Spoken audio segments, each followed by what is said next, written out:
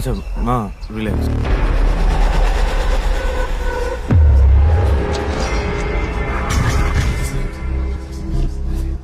ওমা, তুই আবার কাপড়টাকে মেলে ধরছিস কেন? এই দেখো, আর একটা পায়ের ছাপ কার, বড় মা?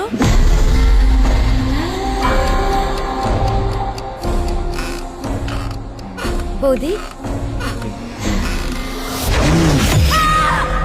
বৌমার কি কোনো অসুখ বিসুখ আছে জানো? তেমন তো আমি কিছু কখনো শুনিনি। আমাকে নিয়ে তোমাদের সবার খুব চিন্তা, তাই না? ওরো, কাল রাতে যখন ওই পাঁচিলের ওপর হাঁটাহাঁটি করছিল তখন নিজের নাম বলেছিল Nandini, right? It is a case of multiple personality disorder. এই কেসটা মাল্টিপল পার্সোনালিটি ডিসঅর্ডারের নয়।